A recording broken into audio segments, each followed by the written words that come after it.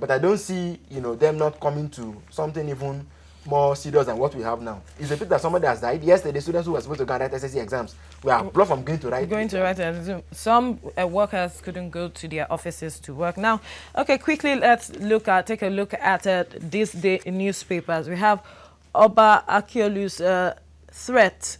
Lagos APC tenders apology to Igbos. Jonathan warns against negative triumphalism. PDP calls for monarch suspension. Falana insists on contrition. Lagos lawyer petitions ICC.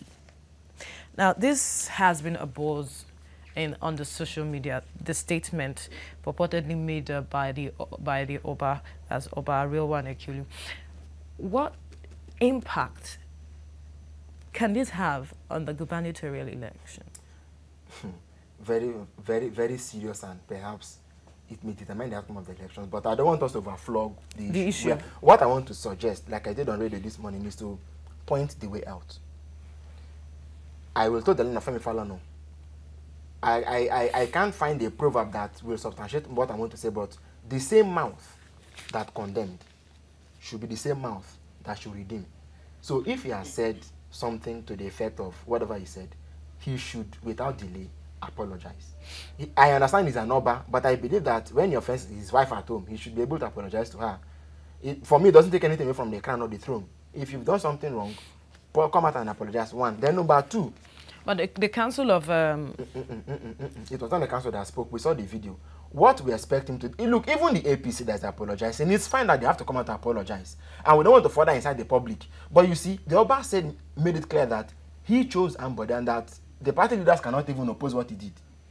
Do you get what I mean? So he has a stake, so to say, even if as an Oba, he's supposed to be apolitical. Apparently, there's a stake somewhere. What I want to say is, invite these same leaders. In fact, invite more of them. Bring them to the palace, address them, apologize, throw a fair, let them eat Olango. Having done that, then assure them that you're going to make some concessions. Look, we know what the other party is offering these people. And if you know what happened, some people are saying that, look, because of the gang up and the manner in which they voted and, voted out 6 rep seats to other parties, what we are saying is this: democracy is a game of numbers. It is people who are there to vote at that time that can vote. If you can't mobilize them, do something. Just do something. Like I said, invite them, have a word with them, then make concessions. When you make these concessions, make them public, so that we too can hold, this government to account. Make the concession, public. If you're going to give them commissioners, if you're going to give them tax rebates, 5%, 10%, make it public.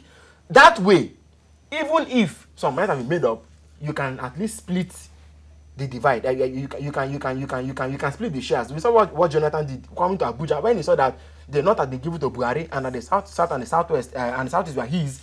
You knew that the battleground was southwest. What did he do? He came here. He negotiated. He pleaded. He begged. We saw that the Ajuwale of Jebul and also told him that, look, Mr. President, Obas don't campaign. That's what he told the president. But you see, what the president came to do was to, at best, he could only campaign.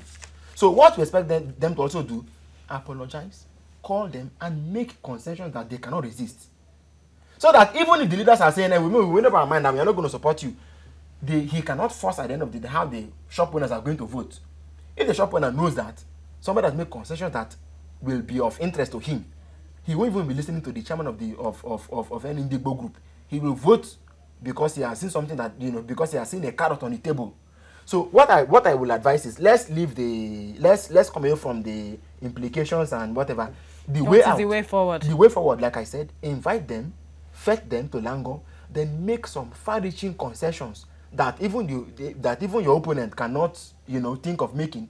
And then these people, like I said, even if the leaders tell them, even if they're doing this, we know them, we don't agree. Look, you cannot influence the shop owners on the street. They will say, look, if we put A and B together and we say that B is favoring us more, we follow him.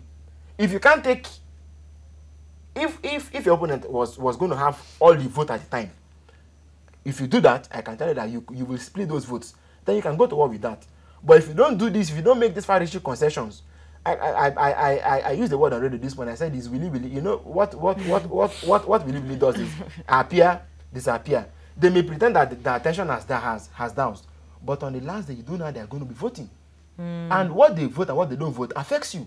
So do what you can do all you can while it is day, because the next moment when no man can walk. Now, okay, now we have here the stock market ends rally as Naira stabilizes, parallel markets, interbank rates unify as CBN maintains stance on liquidity. Now it seems the stock market is seeing some form of change after the presidential polls.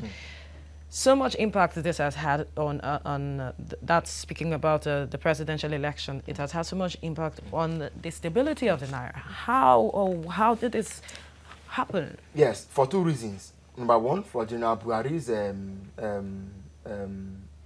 integrity. You know, you look at the fact that this is a man Nigerians hold in high integrity and very high esteem. They believe that his presence will, you know, and alone give them assurance that they can put their money back in business one. Then number two, it is because we run what we call a political economy. See, no matter how beautiful the economic blueprint is, no matter how beautiful the Minister of the Economy or Finance wants to assure Nigerians, it is because at the end of the day, whatever document that they present will end up on the desk of a politician, you know, who will either ratify to say yes or no. But now they are seeing that, look, we have a political leadership that we can trust, that we can lean on, that we can, that we can also vouch for. People, there's confidence, both internally and in terms of external capital as well, because, you know, external investors too, you know, they now have this confidence that, look, they can come back to Nigeria to invest, to do business in a climate that, you know, that favor them.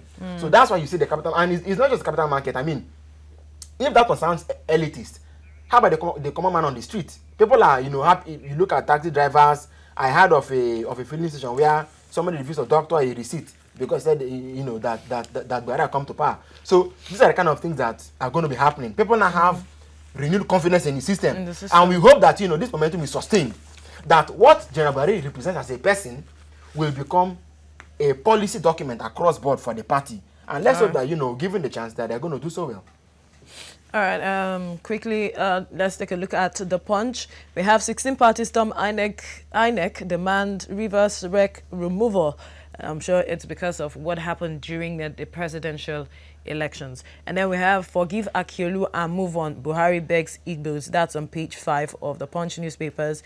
And then we also have Obasanjo Buhari meet in Lagos.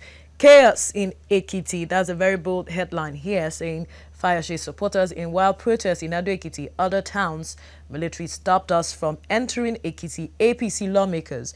The president condemns politicians trying to cause public disorder. Well, the story seems to be on all of the dailies today. But we can't discuss more than this, Cyril. I'm afraid this is the much we can take on the show this morning. Many thanks for staying with us. I am your host, Veronica Onuchi. Cyril Agbaku, thanks for staying with us. It's been a pleasure, Veronica. Thank you. Have a wonderful day. Thank you.